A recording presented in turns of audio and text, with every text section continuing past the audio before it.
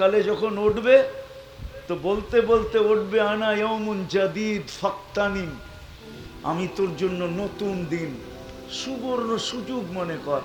তুই আমাকে উঠতে দেখলি, কত মানুষ তো আর আমাকে উঠতে দেখবে না, দেখে নাই, চলে গেছে দুনিয়া থেকে। আমার কথা বুঝে আসতেছে? ডুবতে ডুবতে আমার বাড়ির কুকুরটা পর্যন্ত বলে, নাইলে বাইজিদ বোস্তামি রহমতুল্লাহ আলাই কোনোদিন বলতেন না, কোনোদিন বলতেন না, কোনোদিন লেখতেন না। উনি লেখছে, কুকুর যখন আওয়াজ দেয় ও ঘেউ ঘেউ করে না, ও বলে আনকিদ নাফসাকা মিন গাযাবিল জাব্বার, তুমি তোকে আল্লাহর আযাব থেকে বাঁচাও, ফাইন্নাকা লা তুতিক, তুমি আল্লাহর আযাব সইতে পারবে না। এক সপ্তাহ ১.৫ সপ্তাহ আগে গরমে কেমন অতিষ্ঠ ছিলাম, কেমন ছিলেন? কি মনে হয় মানিকগঞ্জে হয় না, ঠিক না? গরম হয় না, ঠিক না? কেমন গরম ছিল? হ্যাঁ, একটু যদি বাড়াইয়া দিতেন কেমন হইতো? সইতে পারতেন? হ্যাঁ, এটাই তো চিৎকার বাহির হয়ে গেছে। আরেকটু বাড়াইয়া দিলে কি হইতো? তো কুকুর বলে ইন্নাকা লা তুতিক ফাআনকিদ নাফসাকা মিন গাযাবিল জাব্বার।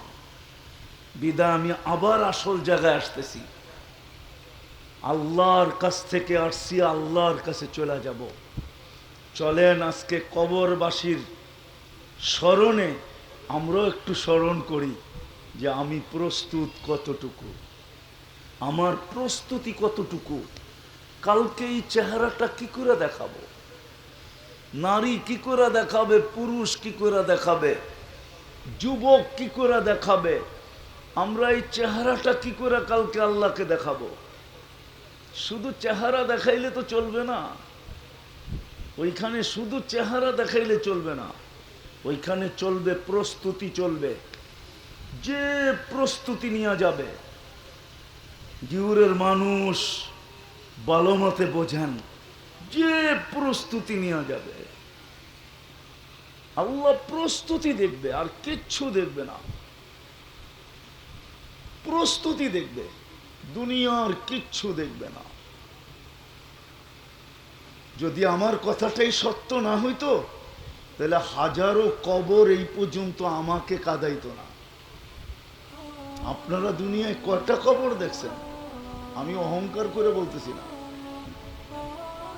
১.৫ লক্ষ সাহাবীর ভিতর থেকে ২-৪ হাজার বাকি আছে মনে হয় আমার, তাও গুনতে হবে। বাকি সব আল্লাহ আমাকে এই ২ চোখে দেখায় দিছে। কবর আমাকে কাঁদাইতো না। চিহ্নিত যত নবীর কবর আছে সবই আমার দেখা শেষ, তাহলে কবর আমাকে কোনোদিন কাঁদাইতো না। বেলালের বাড়ি আমাকে কোনোদিন কাঁদাইতো না। আমি ৬ বার বেলাল রাদিয়াল্লাহু তাআলা আনহুর বাড়ি দেখছি। রাবিয়া বসরির বাড়ি আমাকে কোনোদিন কাঁদাইতো না। আমি ৬ বার রাবিয়া বসরির বাড়ি দেখছি। দুইজনের বাড়ি ইথিওপিয়া, আমি ইথিওপিয়া ৬ বার গেছি, ৬ বার। যুবক ভালো মতে বোঝো, তোমার মতো ১৪ বৎসরের যুবকের কবর আমাকে কাঁদাইতো না। কমরু আইল্যান্ডে আমি যে দেখা আসছি ১৪ বৎসরের যুবকের কবর। ওসমান রাদিয়াল্লাহু তাআলা আনহুর ছেলে মুহাম্মদ ইবনে ওসমান ইবনে আফফান, ওই কবর আমাকে ২ ঘন্টা কাঁদাইতো না। আমি কবরের ভিতরে ২ ঘন্টা ছিলাম, ২ ঘন্টাই চোখ দিয়ে পানি ঝরতেছিল। আমার মন চায় আমি এখনো উড়া যাই, ওইখানে গেলে মন নরম হয়, চোখ দিয়া পানি জড়ে। ওই কবর আমাকে কাঁদাইতো না। ১৪ বৎসরের যুবক, এরকম একটা না, দুইটা না, তিনটা না, শত শত আমাকে কাঁদাইতো না। এই জন্যই আমার কথা শুরু করলাম, ভাবেন একটু, আসছি তো আল্লাহর কাছ থেকে, যাব তো আল্লাহর কাছেই, আজ যাই আর কাল যাই। কিন্তু আমার প্রস্তুতি কতটুকু, আমি প্রস্তুত কতটুকু। প্রস্তুতি বুঝেন তো? আরে বোঝেন প্রস্তুতি? আমার প্রস্তুতি কতটুকু? কেন এটা তো আল্লাহ সাজাইছেন। 24 ঘন্টা সুরক্ষা করেন আল্লাহ।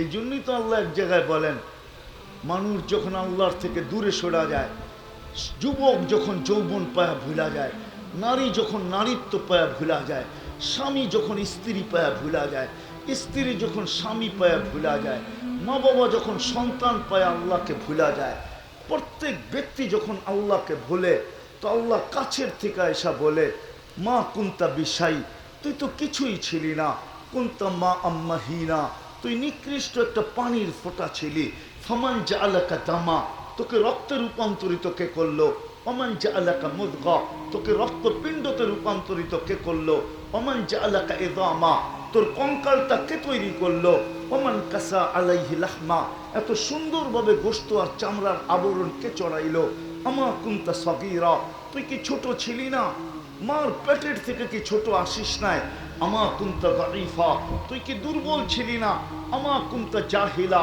তুই কি অজ্ঞ ছিলি না, আমা কুনতা মিসকিনা, তুই কি নিশ্চয় ছিলি না, তুই কি নিশ্চয় ছিলি না। চিত্রর দিকে আমি যাইতেছি না। আল্লাহ বলে কুনতা সাগীরা ফাকাব্বারতুক, তুই বড় ছোট ছিলি, আমি তোকে বড় করলাম। কুনতা দাঈফা ফাকাওয়াইতুক, তুই বড় দুর্বল ছিলি, আমি তোকে সুঠামত্ব দিলাম। কুনতা জাহিলা ফাআল্লামতুক, তুই অজ্ঞ ছিলি, আমি তোকে শিক্ষিত করলাম। কুনতা মিসকিনা, তুই বড় অসহায় আর নিঃস্বয় ছিলি, ফাআগনাইতুক, তোকে আমি স্বয়ং সম্পূর্ণ করলাম। আজকে কই চললি? ইলাইন কোথায় বুলা গেলি? 24 ঘন্টা সুরক্ষিত করি, আযকুরুকা ওয়ালাউ তানসানি, 24 ঘন্টা তুমি ভুলা থাকো, আর আমি তো তোমাকে 24 ঘন্টা সুরক্ষিত করি। তারপরে আল্লাহ বলছেন, শোনো শোনো শোনো, যদি আমি সুরক্ষিত না করতাম, লাবতালা আতিল আরদু ফি বাতনিহা, জমিন বহুত আগে তোমাকে পেটে নিয়ে নিত, লাগরাকাতিল বাহরু ফি কারিহা, সমুদ্র বহুত আগে তোমাদেরকে তলদেশে নিয়ে নিত, লা আহলাকাতিল মালাইকা, ফেরেশতা বহুত আগে তোমাদেরকে ধ্বংস করে দিত, শুধু পারে না আমার সুরক্ষার কারণে। নাইলে আপনি করবেন জমিনের ভিতরে পাইলিং, আর জমিন কিচ্ছু বলবে না। আপনি উঠাবেন মাটি কোবায় কোবায়, আর জমিন কিচ্ছু বলবে না। কি জমিনের কি বাকশক্তি নাই? ওলা আমাদেরকে জিজ্ঞাসা করেন তো, বিজ্ঞানকে জিজ্ঞাসা করেন তো। না নাই? আছে তো, জমিন কিচ্ছু বলে না কেন? আল্লাহ বলে আমি সুরক্ষিত করি, এই জন্য কিচ্ছু বলে না। সমুদ্র কিচ্ছু বলে না, ফেরেশতা কিচ্ছু বলে না। চিত্র দেখতে চান? তাহলে আমার সাথে চলেন, আমি চিত্র দেখায় নিয়ে আসবো। অহংকার করে বলতেছি না, কোরআনে এরকম কোন কাহিনী নাই, ধ্বংসস্তূপের কথা নাই। আল্লাহ বলে আমি সুরক্ষিত করি, আস্তরুকা ওয়ালাউ তাকশানি, 24 ঘন্টা তোমার সাথে লোকচুরি খেলি, 24 ঘন্টা লোকচুরি খেলি। লোকচুরি বোঝেন? আরে লোকচুরি বোঝেন কি? আচ্ছা বাইঙ্গেই বলি, আল্লাহ বলে 24 ঘন্টা তোর ভুল ত্রুটিকে আমি লুকায় রাখি। যদিও তুই 24 ঘন্টা এক মুহূর্তের জন্য আমাকে ভয় পাস না, এক মুহূর্তের জন্য ভয় পাস না, অথচ আকরাবু মিন হাবলিল ওয়ারিদ, আমি তোর রগের চেয়েও তোর কাছে। লা ইয়াখফা আলাইল্লাহি শাই, আমার কাছে কিছু লুকায়িত থাকে না। সাতবক জমিনের নিচেরটা পর্যন্ত দেখি, ওই গুদগুটে অন্ধকার, কালো রঙের পাথর, কালো রঙের পিপিলিকা, তারপরও কোন পাও আগে কোন পাও পিছে করে এটা পর্যন্ত দেখি, পায়ের ধ্বনি পর্যন্ত আমি আরশ থেকে শুনি, তারপরও তোকে কিচ্ছু বলি না। যুবক একটু ভাবো, ও সমাজের লোকগুলা একটু ভাবেন না, ও মা বোনরা, একটু ভাবেন না, জীবনের ভুল ত্রুটিগুলা যদি স্বামীরটা যদি স্ত্রীর সামনে খুলা দিত, স্ত্রীরটা যদি স্বামীর সামনে খুলা দিত, সন্তানেরটা যদি মা বাবার সামনে খুলা দিত, মা বাবারটা যদি সন্তানের সামনে খুলা দিত, প্রতিবেশীরটা যদি প্রতিবেশীর সামনে খুলা দিত, একজন আরেকজনকে মুখ কি করে দেখাইতেন বলেন? নাই গুনাহ? কি যুবক, নাই গুনাহ? সারাদিন নেটে কিনা দেখো, দুই বন্ধু তিন বন্ধু মিলা কিনা দেখো, বলো আল্লাহ কাকে জানতে দেয়? আল্লাহ বলে 24 ঘন্টা আমি লুকাইতে থাকি, যদিও তুই একবারও আমাকে ভয় পাস না। বিদায় আসল কথায় আসেন, চলে যেতে হবে, কিন্তু প্রস্তুত কতটুকু, প্রস্তুতি কতটুকু, ওইখানে শুধু প্রস্তুতি দেখবে আর কিচ্ছু দেখবে না। প্রস্তুত গিয়েছেন বিদায়, একটা দিয়ে কিন্তু শেষ করতেছি, আমি শেষ জায়গায় চলে আসছি। প্রস্তুতি নিছেন বিদায়, যদিও কৃতদাসী। কার? ফেরাউনের। কৃতদাসীর সাথে ওই ব্যবহার চলে যেই ব্যবহার নিজ স্ত্রীর সাথে চলে। শরীয়তের ভিত্তিতে কৃতদাসীর সাথে ওই ব্যবহার চলে। কৃতদাসীর কোনো অঙ্গ মালিকের কাছে লুকায়িত থাকে না, মালিকের কোনো অঙ্গ কৃতদাসীর কাছে লুকায়িত থাকে না। ফেরাউনের কৃতদাসীর কবর থেকে সুঘ্রাণ বাহির হয় এখনো। শুনা বলতেছি না, চোখে দেখা বলতেছি। আমি ওই জায়গা চিনি, ওই এরিয়া চিনি, ওই ঠিকানা চিনি, আমি ওইখানে চায় আসছি। তার কবর থেকে সুঘ্রাণ বাহির হয়। সে তো কৃতদাসী ফেরাউনের, কিন্তু প্রস্তুতি ছিল, প্রস্তুতি, যার কারণে আজও সুঘ্রাণ বাহির হয়, কিয়ামতের সকাল পর্যন্ত বাহির হবে। বিদায় আমি শেষ জায়গায় চলে আসছি, কিন্তু 11:30 11:15 পার হয়ে গেছে। 11:30 অতিক্রম করতে চাইতেছি না। এই জন্য আসেন আজকে একটু চিন্তা করি যে যদি কাল আমার যাওয়া হয়ে যায়, যদি পরশু আমার যাওয়া হয়ে যায়, যদি আগামী মাসে আমার যাওয়া হয়ে যায়, যদি 24 না 25-এ আমার যাওয়া হয়ে যায়, যদি 26-এ আমার যাওয়া হয়ে যায়, সকালে ভাবি যদি বিকালে যাওয়া হয়ে যায়, বিকাল মিলল তো ভাবি সকালে যদি যাওয়া হয়ে যায়, তাহলে আমি প্রস্তুত কতটুকু, আমার প্রস্তুতি কতটুকু। আল্লাহ প্রস্তুতি দেখবে, বংশ দেখবে না।